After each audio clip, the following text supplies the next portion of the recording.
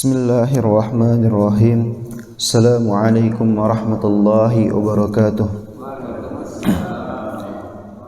Innal hamdalillah nahmaduhu wa nasta'inuhu wa nastaghfir wa na'udzu billahi min shururi anfusina wa min sayyiati a'malina. May yahdihillahu fala mudilla lahu wa may yudlil falan tajida lahu waliyyan mursyida. Allahumma shalli ala sayidina Muhammad wa ala ali sayyidina Muhammad kama shallaita ala sayyidina Ibrahim wa ala ali sayyidina Ibrahim fil alamin innaka Hamidum Majid. Qala Allah tabaraka wa ta'ala fil Qur'anil Karim ba'da a'udzu billahi minasy syaithanir rajim. Bismillahirrahmanirrahim. Man 'amila shalihan min dzakarin aw untha wa huwa mu'min falanuhyiyannahum hayatan thayyibah. Wa qala Nabi sallallahu alaihi wa alihi wasallam al-mu'minun layyinu kal jamalil anif in qala in kina in anahu istanakha atau kama qala Nabi sallallahu alaihi wa alihi wasallam. Alhamdulillah, bapak-bapak yang sama-sama mengharap doa Allah Subhanahu wa taala, lagi dan lagi kita bersyukur kepada Allah Subhanahu wa taala yang mana Allah Subhanahu wa taala telah membangunkan kita dari mati yang sementara. Karena tidur adalah temannya mati, tidur saudaranya mati. Dan Allah Subhanahu wa taala memberikan kepada kita fursah, masih Allah Subhanahu wa taala berikan kepada kita kesempatan. Maka kita ucapkan alhamdulillahilladzi ahyana ba'da ma amatana wa ilaihi nusyur. Hadirin yang sama-sama mengharap dari Allah Subhanahu wa taala, setelah Allah Subhanahu wa taala bangunkan kita, kemudian Allah Subhanahu wa taala gerakkan kaki kita untuk melaksanakan salat berjamaah.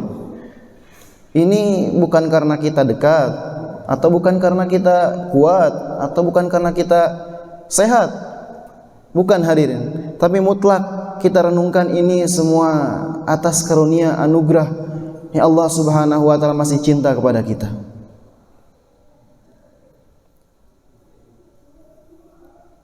Hadis Nabi sallallahu alaihi wasallam tentang masalah salat berjamaah ini banyak. Tentang fadilah keutamaan berjamaah banyak. Salatul jamaati afdalu min salatil fardhi bi 27 darajah. Dalam riwayat lain bi 25 darajah. Salat berjamaah itu lebih afdal daripada salat sendiri. Dalam satu riwayat 27 derajat, dalam riwayat yang lain 25 derajat. Maka Syekh An-Nawawi dalam kitab Syarah Muslim, beliau menjelaskan kenapa ada yang riwayatnya 27 derajat, kenapa yang riwayatnya ada 25 derajat.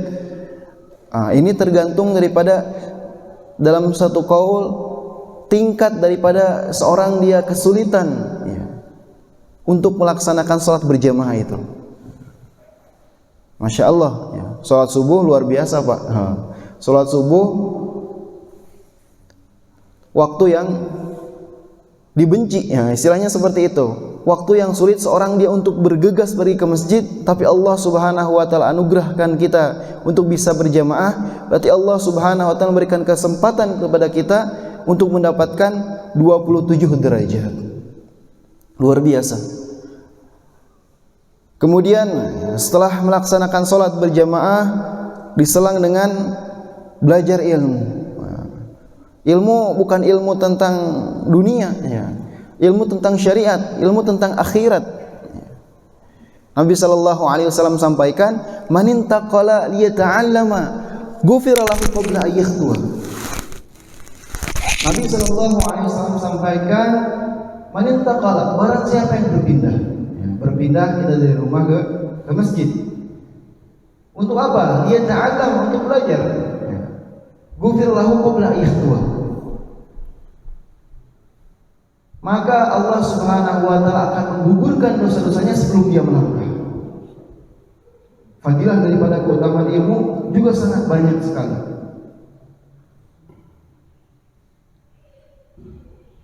Dalam kitab Minhajul Muta'allim, di situ pengarangnya menjelaskan nanti pada hari kiamat ketika orang ditanya. Ketika orang ditentukan dia masuk ke dalam neraka ataupun ke dalam surga, maka ada seorang hamba yang dia diarahkan, wahai hamba, setelah ditimbang amalan baik dan buruk, ternyata kamu masuk ke dalam neraka. Maka si hamba itu berjalan ke neraka, kemudian Allah Subhanahu wa taala perintahkan malaikat, wahai malaikat, coba tanyakan kepada orang tersebut, apakah pernah selama di dunia dia duduk di majelis ulama. Maka malaikat menanyakan kepada hamba tersebut dan hamba itu merenung, wahai hamba, apakah kau pernah sewaktu dunia duduk di majelis ulama? Maka hamba itu merenung dan dia katakan, tidak pernah, wahai malaikat. Kemudian Allah sampaikan lagi kepada malaikat tersebut, wahai malaikat, tanyakan kepada hamba tersebut, apakah pernah selama di dunia dia cinta kepada ulama? Maka ditanyakan kepada hamba tersebut dan hamba itu merenung dan dia katakan, tidak pernah, wahai malaikat. Selama dunia tidak pernah cinta kepada ulama. Karena ada hadis Nabi sallallahu alaihi wasallam, kun aliman aw ta'alliman aw mustami'an aw muhibban. Kun aliman, jadilah kalian orang yang berilmu, orang yang alim, mengajarkan tentang ilmu syariat. Aw muta'alliman, atau orang-orang yang belajar ilmu. Muta'allim di sini kriterianya orang yang dia belajar mulazamah dengan ulama, dengan masyayikh. Itu disebut muta'allim. Au mustami'an, atau orang yang mendengar daripada ilmu tersebut. Au muhibban, ini yang terakhir, atau orang yang cinta kepada ulama, cinta kepada santri, cinta hal-hal yang berkaitan dengan ilmu tersebut. Kemudian lanjutan hadisnya, wala takun khamisan fatahlik. Janganlah kalian menjadi orang yang kelima, fatahlik, maka kalian akan binasa. Siapa itu? Orang yang dia benci terhadap ilmu tersebut. Maka malaikat bertanya, wahai hamba, apakah kau pernah cinta kepada ulama?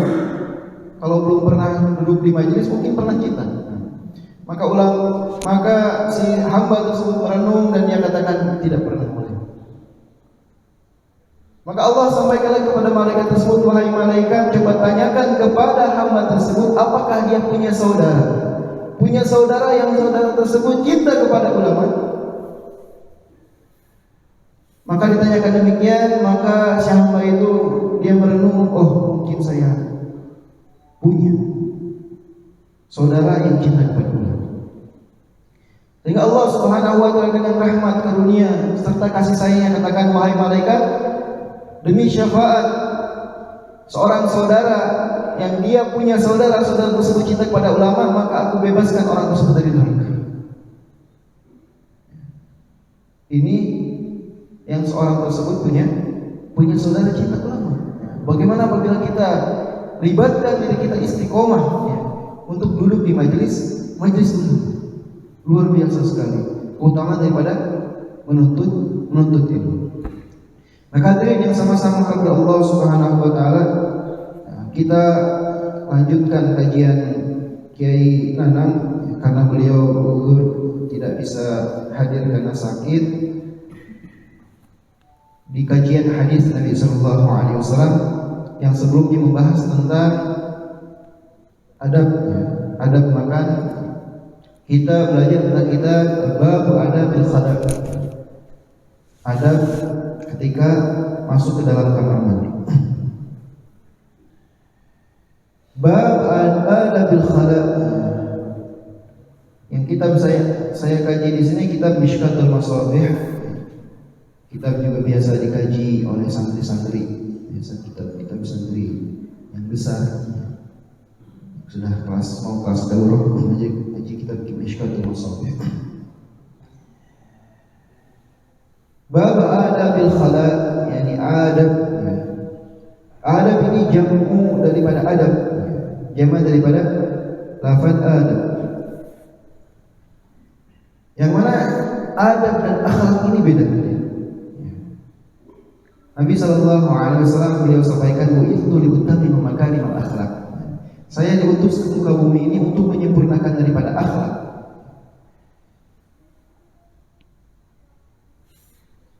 Yang mana akhlak ini asal katanya dari khalq, yaitu ciptaan. Dan akhlak ini berkaitan dengan diri kita, dengan anggota badan. Akhlak Nabi senantiasa tersenyum. Itu akhlak namanya.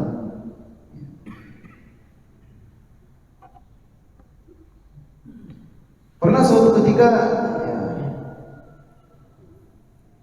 Nabi SAW sampaikan kepada para sahabat, "Wahai para sahabat, maukah tidak aku beritahukan kepada kalian, ala ukhbirukum bi ahabbikum minni wa aqrabikum ilayya majlisan yaumal qiyamah." Kata Rasulullah SAW, "Wahai para sahabat, maukah tidak aku sampaikan kepada kalian orang yang paling aku cintai dan orang yang paling dekat derajatnya terhadap pada hari kiamat?" Kata Nabi SAW. Maka para sahabat radhiyallahu anhum ajmain, mereka ketika berkumpul dalam majlis Nabi katakan, "Bala ya Rasulullah, tentu wahai Rasul. Kami ingin mengetahui siapa orang yang engkau cintai, engkau yang paling cintai dan orang yang paling derajat dekat derajatnya terhadapmu pada hari kiamat." Maka Nabi SAW katakan, "Anna ahabbakum ilayya wa aqrabakum minni majlisan yaumal qiyamati ahsanuhum khuluqan." Orang yang paling aku cintai dan orang yang derajatnya paling dekat terhadapku pada hari kiamat yaitu orang yang paling baik akhlak. Kata Nabi SAW. Kemudian timbul pertanyaan di sini, kenapa orang yang paling Nabi SAW cintai dan orang yang paling Nabi SAW dekat derajatnya dengan Nabi itu bukan orang yang hafiz Al-Quran, bukan orang yang banyak membangun masjid, bukan orang yang dia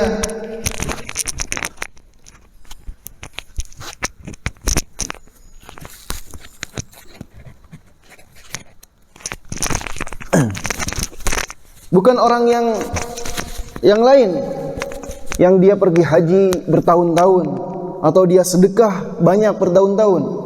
Tapi Nabi SAW katakan, ahsanuhum khuluqan, yang paling baik akhlaknya. Bahkan kita pun tahu, ya, wa ma khalaqtul jinna wal insan illa liya'budun. Dalam Al-Quran Allah jelaskan demikian.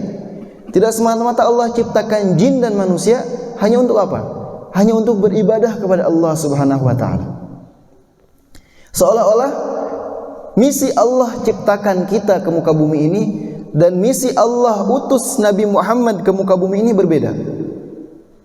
Allah misinya menciptakan kita untuk ibadah, tapi Nabi SAW katakan, "Bu'itsu liutammima makarimal akhlak." Aku diutus ke muka bumi ini untuk menyempurnakan daripada akhlak. Maka alim ulama mereka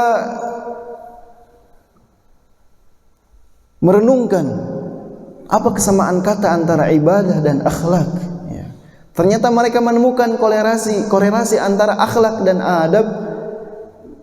Itu Allah Subhanahu wa taala dibalik memerintahkan seorang untuk mengerjakan ibadah, dibalik itu semua Allah Subhanahu wa taala ingin menunjukkan kepada manusia untuk berakhlak yang baik. Allah Subhanahu wa taala ciptakan kita, Allah Subhanahu wa taala mengajarkan kita atau menyuruh kita untuk mengerjakan salat. Wa aqimus salah, dirikanlah salat. Dirikanlah salat, ya. Sebagaimana kita tahu salat itu mulai dari takbir, kemudian diakhiri dengan salam, adanya ruku, adanya sujud, ada i'tidal, ada duduk di antara dua sujud. Ini salat. Tapi di balik itu semua Allah Subhanahu wa taala ingin mengajarkan kepada kita, inna salata tanha anil fahsya'i wal munkar. Selain Allah SWT perintahkan kita untuk mengerjakan salat, yang mana apabila seorang dia sukses ya dengan salatnya itu, ruh daripada mengerjakan salat dengan salatnya dapat mencegah perbuatan keji dan munkar. Sehingga perbuatan keji dan munkar ini lawan kata daripada akhlak yang baik. Selain daripada Allah SWT merintahkan kita salat, berarti Allah Subhanahu wa taala ingin menjadikan umat manusia ini berakhlak yang baik dengan salat tersebut. Itu ruh daripada ibadah sendiri. Seorang berakhlak. Seperti zakat, Allah Subhanahu wa taala perintahkan zakat. Khudh min amwalihim shadaqatan tutahhiruhum wa tuzakkihim. Khudh min amwalihim shadaqatan. Ambillah dari harta-harta kalian sedekah, ay zakatan. Maksudnya zakat. Yang mana zakat ini dapat apa? Tutahhiruhum wa tuzakkihim, dapat mensucikan daripada harta-harta kalian dan dapat membersihkan daripada hati-hati kalian. Allah Subhanahu wa taala syariatkan yang namanya zakat. Ini amalan muamalah. Masyaallah. Amalan muamalah ya. Kenapa orang disebut presiden? Ya, karena adanya rakyat. Kenapa orang disebut guru? Karena ada murid. Ya. Kenapa orang disebut orang kaya? Karena ada orang yang kurang mampu. Ya, sehingga disebut orang kaya. Sehingga Allah SWT syariatkan zakat. Ya, Allah SWT berikan zakat kepada umat akhir zaman ini agar adanya muamalah, agar adanya interaksi antara orang kaya dan orang yang tidak mampu. Selain daripada Allah perintahkan zakat, Allah pun perintahkan di balik zakat itu agar orang yang mampu dapat berakhlak yang baik kepada orang yang kurang mampu. Ya, ini tentang masalah akhlak. Ini akhlak kaitannya dengan diri sendiri sebenarnya. Ya. Al-khalqun. Ya. Tapi adab, ya. Adab ini kaitannya dengan adah, dengan kebiasaan. Ya. Ada dengan kebiasaan. Itu namanya adab. Ya. Kalau kaitannya dengan adah kebiasaan, berarti ini kaitannya dengan orang lain. Dengan berada di tempat itu bagaimana dia beradab. Ya. Contoh adab. Ya.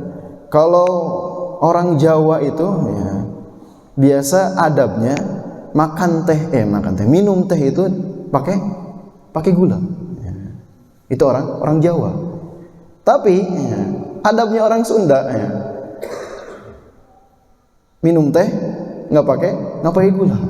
Kalau orang Jawa nggak tahu adabnya orang Sunda ketika ngasih minum nggak pakai teh, ya, mungkin dia akan marah. Itu sedikit-sedikitnya tentang adab. Atau tentang masalah sarung. Kalau di Indonesia ini sarung masyhur ya, bisa digunakan untuk salat, biasa orang keluar pakai sarung gitu kan. Nah, tapi kalau ya, waktu saya di Pakistan, di Mekah juga, ya, mungkin Bapak pernah ya, kalau orang pakai sarung keluar gitu mungkin gimana? Nah, dipertanyakan. Itu yang namanya adab, karena setiap tempat punya adabnya. Nah, kalau Indonesia, kalau di Sunda ya, makan cabai itu, kalau makan nggak pakai sambal kurang nikmat. Karena adabnya seperti itu, enak makan pakai sambal. Tapi kalau waktu di Pakistan, saya kasih orang Pakistan sambal, ya, dia malah infijar, ya, meledak, ya, panas. Ya. Karena mereka kurang suka cabai, mereka sukanya zanjabil, jahe gitu yang anget-anget gitu kan. Cengkeh gitu ya. Karena adabnya bukan ya, salatah, bukan sambal. Maka di setiap tempat ada adabnya ya. Maka itu perbedaan antara akhlak dan adab ya. Sehingga adab ini bisa masuk ke semua tempat. Maka di sini kita bahas tentang adabul khala ya. Bagaimana adab kita ketika di dalam kamar mandi. Khala ini artinya kosong. Ketika zaman Nabi SAW biasa buang hajat itu ke tempat-tempat sepi, ya, padang pasir gitu kan, tempat-tempat dari jauh keramaian, sehingga dikatakan khala, tempat sepi, tempat kosong. Adabul khala.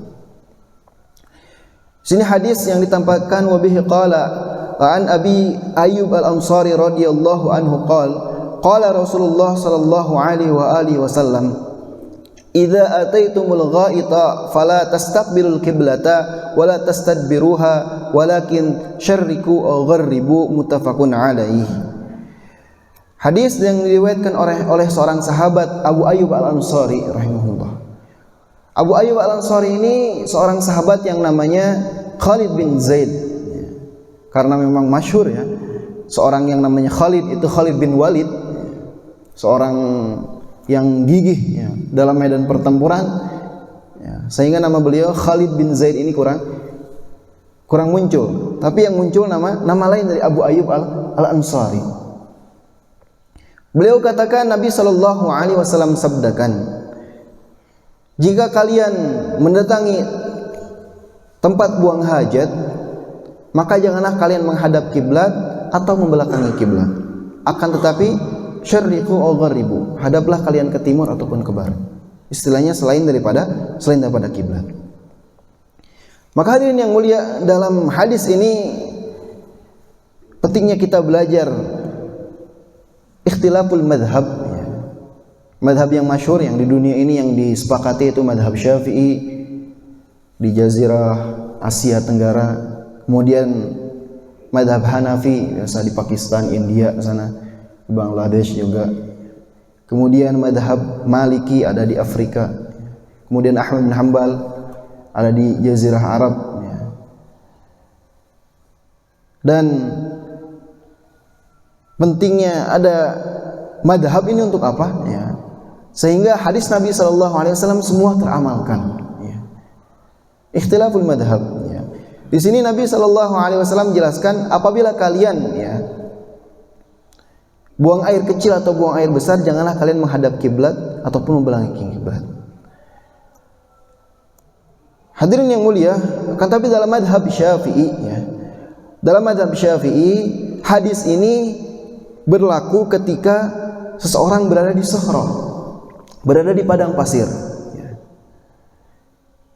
Dalam mazhab Syafi'i boleh-boleh saja ketika seorang dia buang hajat, buang air kecil atau buang air besar, ketika di dalam bait, ketika dalam rumah, menghadap kiblat atau membelakanginya. Nah, ini pendapatnya mazhab Syafi'i.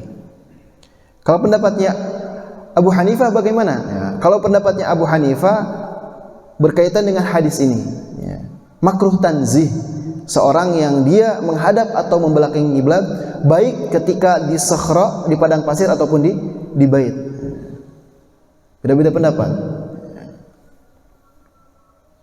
Kalau dalam mazhab Ahmad bin Hanbal dan Maliki, seorang dia menghadap, seorang dia buang hajat, ya, tidak boleh menghadap kiblat, baik itu di padang pasir ataupun di Baitul Khala ya. Jadi setiap ulama punya pandangan masing-masing ya. Ini indahnya ikhtilaful madhab ya. Kita ambil yang mayoritas ya. Biasa di Indonesia itu kebanyakan madhab Syafi'i. Bagaimana madhab Syafi'i untuk berpendapat dalam masalah ini.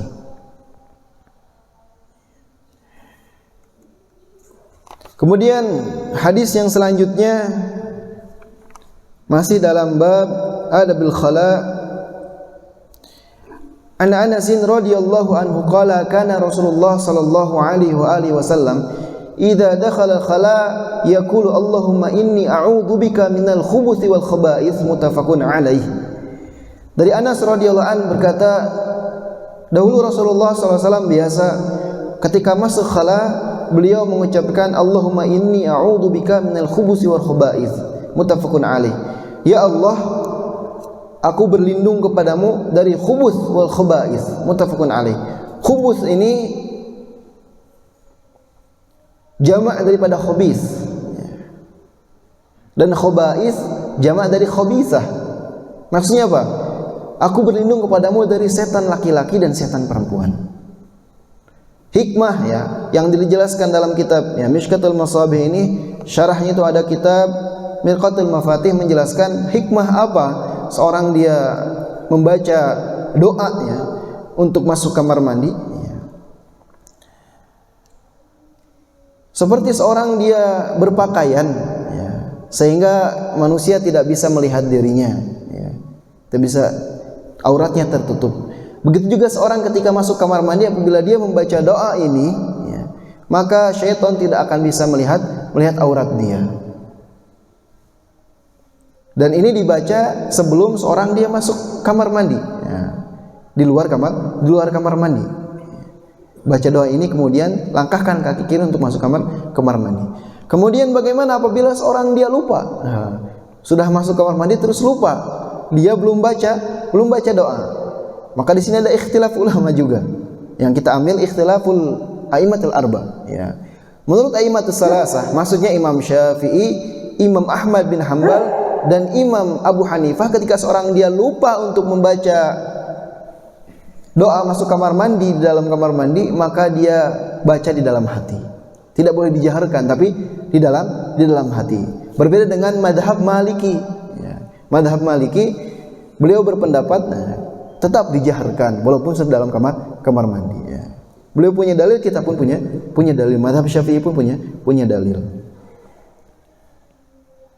Ini tentang masalah masuk kamar mandi membaca doa. Kemudian satu hadis Nabi sallallahu alaihi wasallam tentang Ibnu Abbas radhiyallahu anhu qala marra Nabi sallallahu alaihi wasallam bi qabrain faqala innahuma la yu'adzabani wa ma yu'adzabani fi kabir amma ahaduhuma fakana la yastatiru min al-bawli wa fi riwayatin Muslim la yastanzihu min al-bawl wa amma al-akhar fakana yamshi bin namimah thumma akhadha jaridatan ratibatan fashaqqaha binisbain thumma gharaza fi kulli qabrin wahidatan qalu ya Rasulullah lima sana'ta hadha qala la'allahu ay yukhaffif anhuma ma lam yaybasa muttafaqun alaih. Hadis yang diriwayatkan oleh Ibnu Abbas radhiyallahu anhuma ya. Ibnu Abbas ini seorang raisul mufassir ya. Ketua daripada para mufassir di zaman Nabi sallallahu alaihi wasallam, namanya Abdullah bin Abbas ya. Radhiyallahu anhuma, ini biasa para perawi menyebut radhiyallahu anhuma, semoga Allah meridhai kepada keduanya. Nah, maksud keduanya ini karena keduanya seorang sahabat. Ibnu Abbas itu maksudnya Abdullah bin Abbas, Abdullah seorang sahabat, Abbas pun seorang sahabat. Jadi para alim ulama biasa menyebutnya radhiyallahu anhuma karena keduanya seorang sahabat. Nabi sallallahu alaihi wasallam melewati dua kuburan. Kemudian Nabi SAW tahu bahwasanya keduanya sedang diazab. Wa ma yu'adzabani fi kabir, karena diazab melakukan dosa besar. Yang pertama diazab karena dia tidak menjaga, atau seorang diazab karena dia tidak hati-hati dalam masalah kencing ya.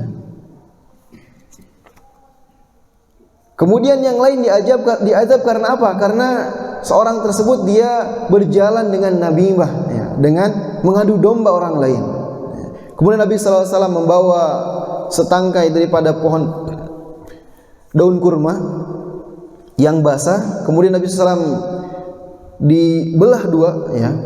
Nabi SAW belah dua maksudnya. Kemudian Nabi SAW simpankan di atas kuburan tersebut. Maka sahabat menanyakan, wahai Rasulullah, kenapa engkau kerjakan ini? Ya. Mungkin saja dengan daun ini dapat ya, meringankan daripada azab mereka, dapat menghilangkan daripada azab mereka selagi masih basah. Muttafaqun alaih. Istinbatul ahkam, atau ada beberapa ya, yang kita bisa ambil hikmah daripada hadis ini ya. Itu riwayatnya Ibnu Abbas radhiyallahu anhuma tentang apakah orang yang diazab ini seorang kafir ataupun orang muslim ya. Maka alim ulama mereka berpendapat bahwasanya orang-orang yang diazab ya, termasuk Imam Nawawi katakan hadis di sini yang diazab ini orang muslim. Karena apa? Karena di sini dia tidak menjaga tentang masalah kencing ya, yang sudah diajarkan oleh syariat. Begitu juga seorang dia namimah, mengadu domba. Syarah daripada penjelasan ini ya, sebenarnya ya, seorang dia kencing itu tidak menyebabkan dia azab, gitu loh maksudnya. Tapi dengan sebab kencingnya itu dia tidak menjaga daripada air percikannya itu, sehingga percik ke sarung atau ke celana kemudian dipakai salat, itu yang membuat seorang diazab besar. Ya, sebenarnya seorang dia kencing ya tidak menyebabkan orang dia diazab besar ya, tidak diazab. Ya. Akan tetapi dengan sebab kencingnya tidak hati-hati ya, sehingga seorang diazab di dalam neraka. Kemudian begitu juga dengan namimah, mengadu domba. Sebenarnya mengadu domba itu tidak menjadi azab ya, yang besar ketika dikubur nanti. Tapi ketika dia namimah, mengadu domba, menyebabkan dua orang yang saling bermusuhan, kemudian dia saling ya menjelekan, itu yang menyebabkan orang tersebut dosa besar. Ini dua hal yang harus perlu kita jaga, kita jauhi. Kemudian yang menarik di sini, Nabi SAW kemudian membawa daun kurma, kemudian disimpan di atas kuburan. Ini menjadi dalil bahwasanya Nabi SAW meletakkan hal itu agar supaya daun yang disimpan di atas kuburan itu berzikir kepada Allah untuk mengampuni dosa dia. Akan tapi yang lebih aula ya, boleh mengerjakan demikian, boleh saja ya. Dan yang lebih aula, kalau tumbuhan saja bisa berzikir kepada Allah, mengapa tidak kita yang membaca Al-Qur'an atau membaca surat Yasin untuk si mayit? Itu lebih afdal, dan itu dianjurkan oleh alim ulama.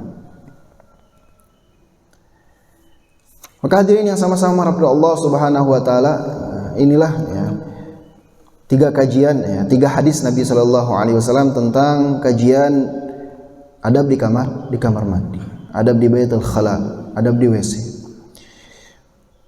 Penting ya kita belajar tentang masalah adab ya, agar ya apa yang kita kerjakan keseharian kita ini seperti yang diinginkan oleh Nabi sallallahu alaihi wasallam, seperti yang diridhoi oleh Allah Subhanahu wa taala. Yang jelas Pak ya, kita jaga masing-masing apa yang kita dengarkan, apa yang kita sharingkan ini, semoga kita bisa amalkan, kita bisa sampaikan ya, kepada orang lain. Mungkin sebelum ditutup, insyaallah mungkin ada pertanyaan, 1-2 pertanyaan dari bapak-bapak, boleh silakan.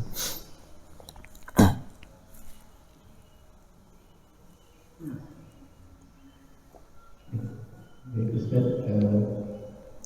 kami waktu masih panjang, silakan ada jawab, ada yang ingin ditanyakan mengenai adab atau yang lain-lainnya, ada memasuki kamar mandi atau di luar tema itu, silakan, baik yang masih ataupun yang melalui jadwal dan melalui online, dipersilakan. Bertanya.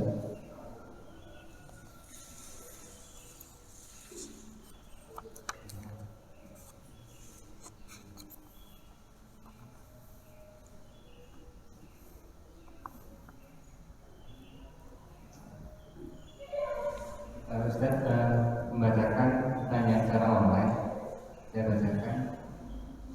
Maaf jika kita di toilet umum, bagaimana, apakah betul atau tidak, karena kita nggak tahu arah kita dengan pasti.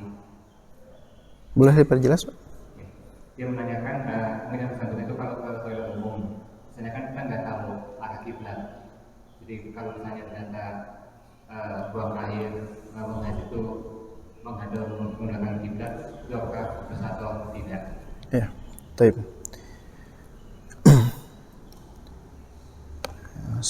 Seperti hadis yang sebelumnya kita bahas ya, memang konteks hadisnya itu Nabi sallallahu alaihi wasallam beliau sampaikan ketika seorang dia buang hajat, fala tastaqbirul qiblata wala tastadbiruha. Tidak boleh menghadap kiblat ataupun membelakangi kiblat.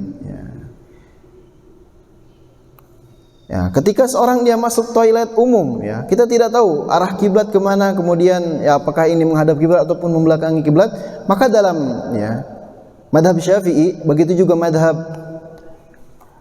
yang lain, ya, yang pastinya mayoritas dalam madhab Syafi'i ini, ketika seorang berada di bait atau di baitul khala atau dalam bangunan maksudnya, ya sah-sah saja, boleh-boleh saja seorang dia walaupun dia ini sebenarnya menghadap kiblat, tapi dia tidak tahu, tapi dia menghadap kiblat. Ya.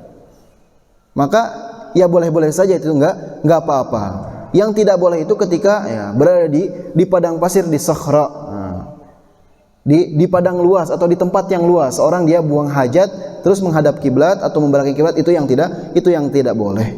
Ya. Selama itu masih di bangunan, dalam madhab Syafi'i itu boleh saja. Ini seperti itu. Wallahu a'lam bishawab.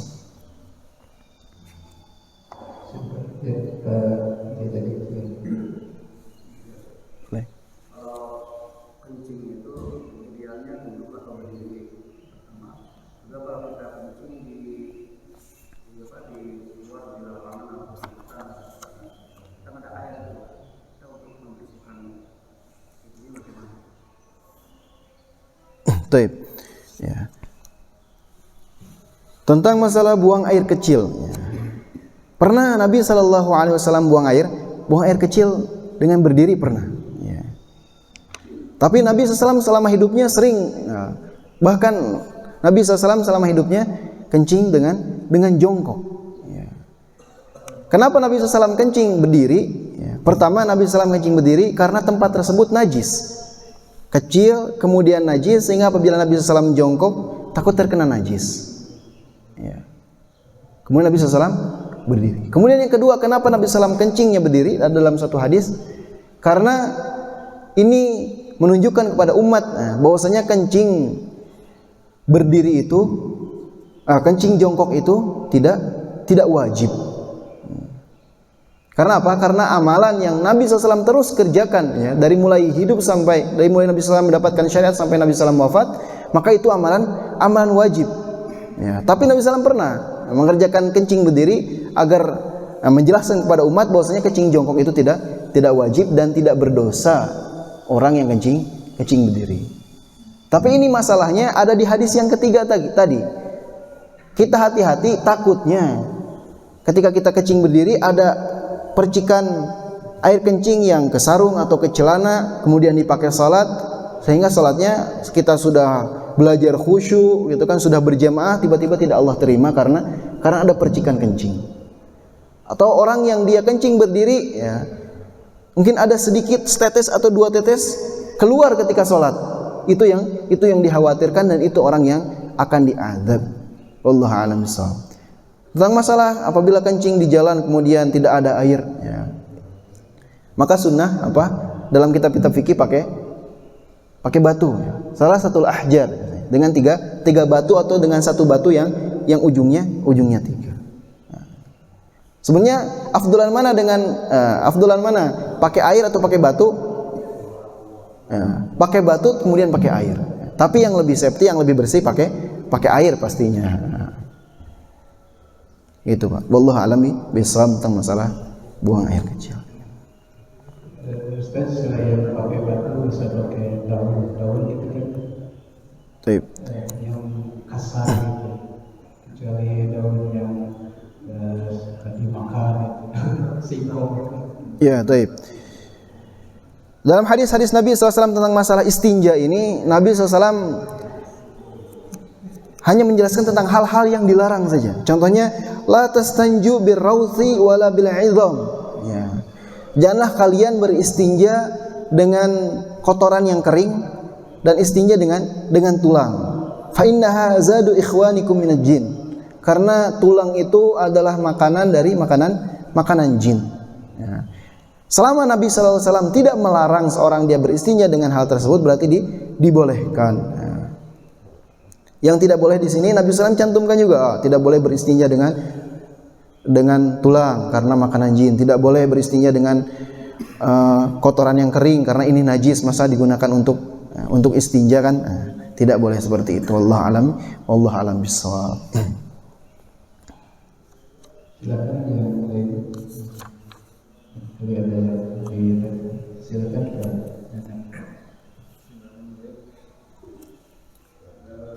Ini kaitannya tidak dengan istinja, tapi ada di kamar mandi. Bagaimana wudu di kamar mandi yang ada klosetnya, itu makruh atau boleh? Ya, taib. Biasa kalau ya di Pakistan sendiri ataupun ya di Arab mungkin ya, kalau tempat buang air besar, buang air kecil itu berbeda dengan kamar mandi. Ya. Biasa dinamakan kalau tempat buang air besar, buang air kecil itu baitul khala. Kalau untuk tempat mandi itu hammam. Ya. Sehingga ya, seorang dia leluasa untuk mandi. Terus bagaimana ketika ada kamar mandi dan juga baitul khala ini dalam satu tempat ya.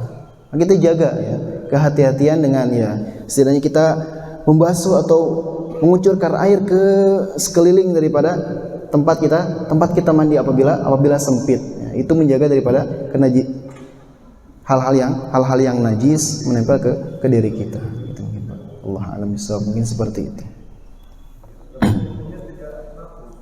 Ya, karena memang banyak ya di Indonesia ini ya, yang seperti itu ya dibolehkan saja ya, tidak makruh.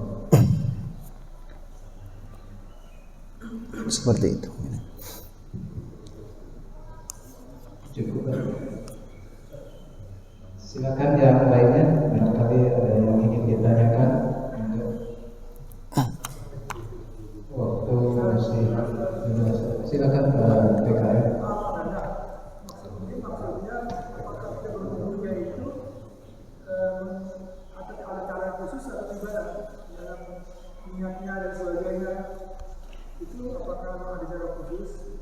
Cara khusus dalam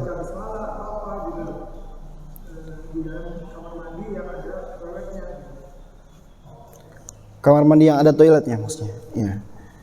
Ya, seperti yang saya jelaskan tadi, memang sebenarnya sah-sah saja ya.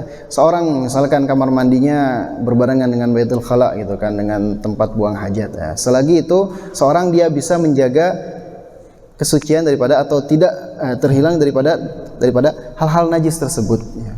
Kalau doa khusus tentang masalah ini tidak ada, hanya dalam kamar mandi itu tidak boleh menyebutkan lafaz Allah, sehingga dalam mazhab Syafi'i itu, dalam mazhab Ahmad bin Hanbal juga, dalam mazhab Abu Hanifah juga tidak boleh ketika seorang dia lupa ya, baca doa tidak boleh dijaharkan, tidak boleh dikeraskan seperti itu. Tentang masalah baitul khala.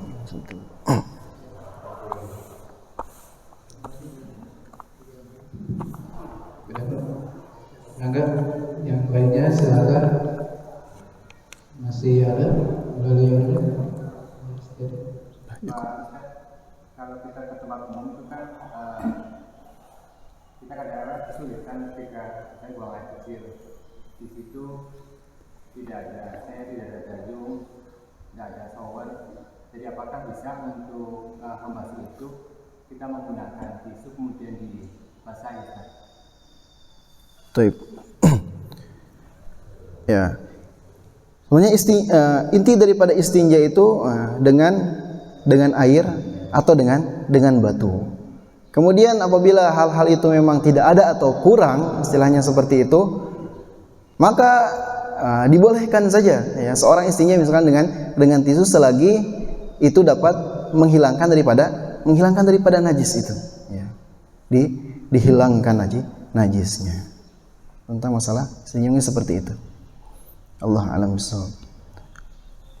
Ya, dengan tisu kering saja boleh, ya, apalagi tisu yang dibasahkan dengan air.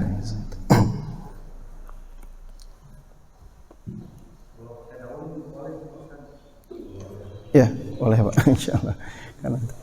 Karena selagi tidak ada hadis yang melarang seorang istinja dengan hal-hal tersebut, berarti dibolehkan. Yang Nabi SAW larang tadi tulang, kemudian makanan, mas istrinya dengan makanan, dengan hal-hal yang berharga seperti dengan uang, itu tidak boleh. Dengan sesuatu yang berharga seperti emas, perak, karena apa?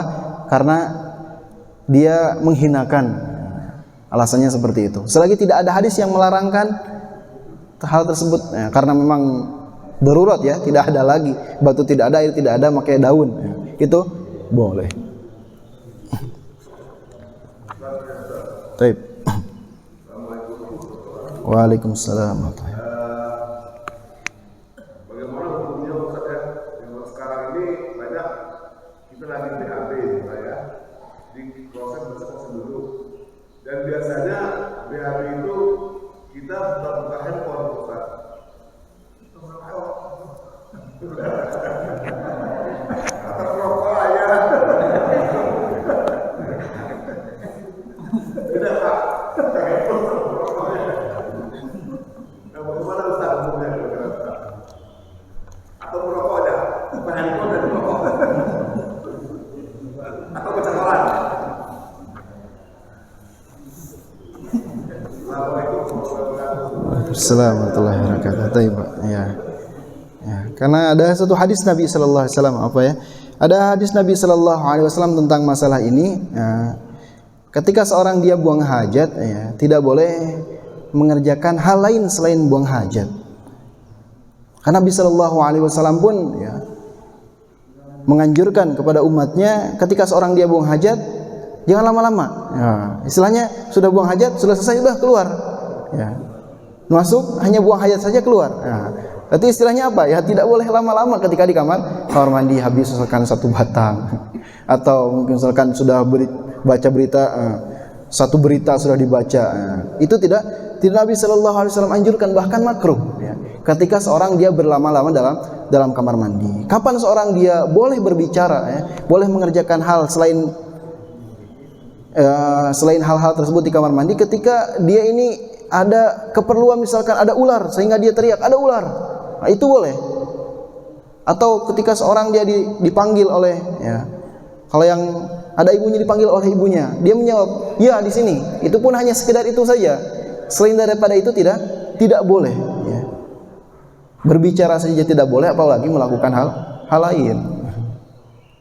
Dimakruhkan, mungkin seperti itu, Pak. Wallahu a'lam bishawab. Karena dengan belajar hadis-hadis ini, belajar apa adab-adab ini, kita ya, belajar apa yang Nabi sallallahu alaihi wasallam inginkan ya, bertahap. Betul.